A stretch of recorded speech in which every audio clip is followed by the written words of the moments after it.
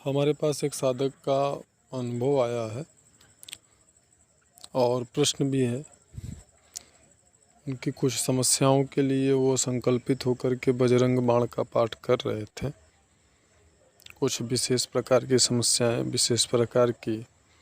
बहुत ही जटिल परिस्थितियां उनके परिवार में बनी हुई थी। तो उन सभी प्रकार की समस्या और परिस्थितियों के संपूर्ण समाधान हेतु वह संकल्पित होकर के बजरंग बाण का पाठ कर रहे थे। और लगभग उन्होंने जैसा बताया 3 से 4 दिन 5 दिन उनका हुआ अनुष्ठान का। और उसके बाद फिर उनके घर में बहुत ही ज़बरदस्त कलह जो है होना शुरू हो गया सभी परिवार सभी सदस्यों में। और बहुत ज़्यादा जो परेशानियां थी वो और भी ज़्यादा बढ़ने लगी। घर में सभी को विशेष प्रकार की दिक्कतें होने लगी, सभी लोगों को। और ख़ास करके लोगों का जो विचार था, परिवार के सदस्यों का, उनका यही विचार था कि उनका जो ये बजरंग बाण का अनुष्ठान है, यह अनुष्ठान अगर वो बंद कर देंगे तो फिर सभी प्रकार की जो समस्याएं हैं वह समाप्त हो जाएंगे। और आखिरी में उन्होंने अपना अनुष्ठान बंद कर दिया। तो उन्होंने हमसे ये प्रश्न किया कि ऐसा क्यों हुआ और क्यों ऐसा हो, मतलब उन्होंने जो किया क्या वो उन्होंने सही किया या फिर ऐसा करना चाहिए। तो मैं ये बता दूं कि ये सभी के लिए जो जानकारी अत्यंत महत्वपूर्ण जानकारी मैं दे रहा हूं कि अगर जहाँ पे तांत्रिक प्रयोग है, बुरी शक्तियाँ लगाई गई हैं, अगर ऐसे जगह पे नकारात्मक शक्तियाँ ऐसे जगह पे हैं और वहाँ पे सभी व्यक्ति उन बुरी शक्तियों से, नकारात्मक शक्तियों से प्रभावित हैं, तो ऐसे जगह पे अगर आप बजरंग बाण का अनुष्ठान संकल्पित होकर करेंगे तो फिर यह निश्चित है कि उस घर में जो समस्याएं बढ़ना शुरू हो जाएंगी, आपसी कलह विवाद शुरू हो जाएगा। कुल मिला के निर्विघ्न रूप से अगर आप ये सोचते हैं कि आपका अनुष्ठान जो है वह पूर्ण होगा, तो वो बिल्कुल नहीं होगा। तो इसके लिए दृढ़ संकल्प हो करके आपको अपना अनुष्ठान करना चाहिए, अपने संकल्प को पूर्ण निश्चित रूप से करना चाहिए। और हो सके तो अपना अनुष्ठान, अपना जो संकल्प है, जो आप पूजा पाठ कर रहे हैं, बजरंग बाण का जो अनुष्ठान कर रहे हैं, पाठ कर रहे हैं,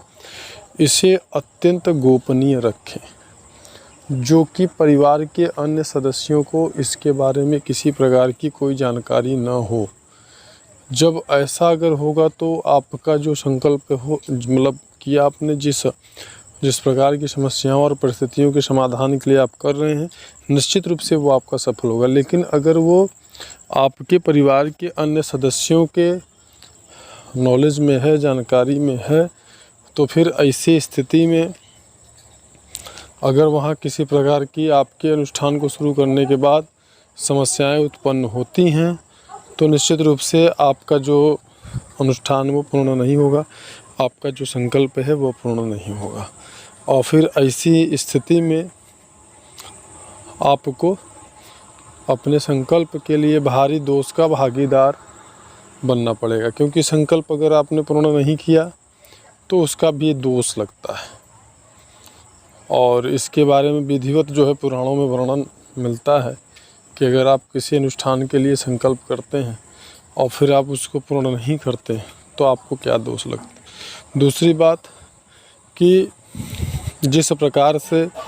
अगर किसी प्रकार की कोई बीमारी रहती है तो आप अंग्रेजी दवा खाते हो तब तो वो ठीक हो जाती है, लेकिन समयानुसार फिर वही बीमारी आपको घेर लेती है। तो उसी प्रकार से आपको जो है, अगर जब आप किसी बीमारी से संबंधित आयुर्वेदिक अथवा होम्योपैथिक दवा अगर आप करते हो, तो ऐसी परिस्थिति में क्या होता है, ऐसी परिस्थिति में जो आपकी बीमारी होती है, जो आपकी शरीर में रोग होता है, पहले उस बीमारी उस रोग को वो दवा और ज़्यादा बढ़ा देती है। जैसे आपको हल्का हल्का अगर कुछ दिनों का अंतराल देख के बुखार आ रहा है, तो आप होम्योपैथिक दवा लेते हैं, तो फिर वो बुखार आपका और ज़्यादा बढ़ जाता है, वह रोग अथवा बीमारी और पहले वो दवा आपकी बीमारी को, रोग को और ज़्यादा बढ़ा देती है और फिर धीरे धीरे करके उसको जड़ से समाप्त कर दे।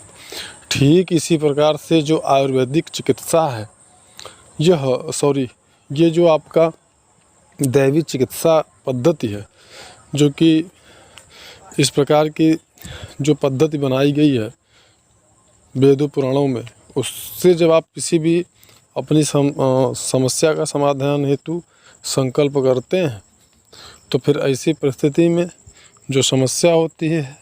पहले उस समस्या को यह चरम सीमा तक पहुंचा देते हैं और ज़्यादा उसको पूर्ण रूप से उसको लाते हैं अपने लय में, और फिर उसे जड़ से समाप्त कर दिया जाता है। यह दैवी चिकित्सा का परंपरा बहुत पुराना है। हमारे ऋषि महर्षि वेद और पुराणों के अनुसार इस प्रकार की चिकित्सा का उपयोग शारीरिक, मानसिक, आध्यात्मिक, आर्थिक, सामाजिक हर प्रकार की समस्या के लिए करते थे और हमारे शास्त्रों में बनाया भी गया है। कोई ऐसी समस्या नहीं जिसका समाधान हमारे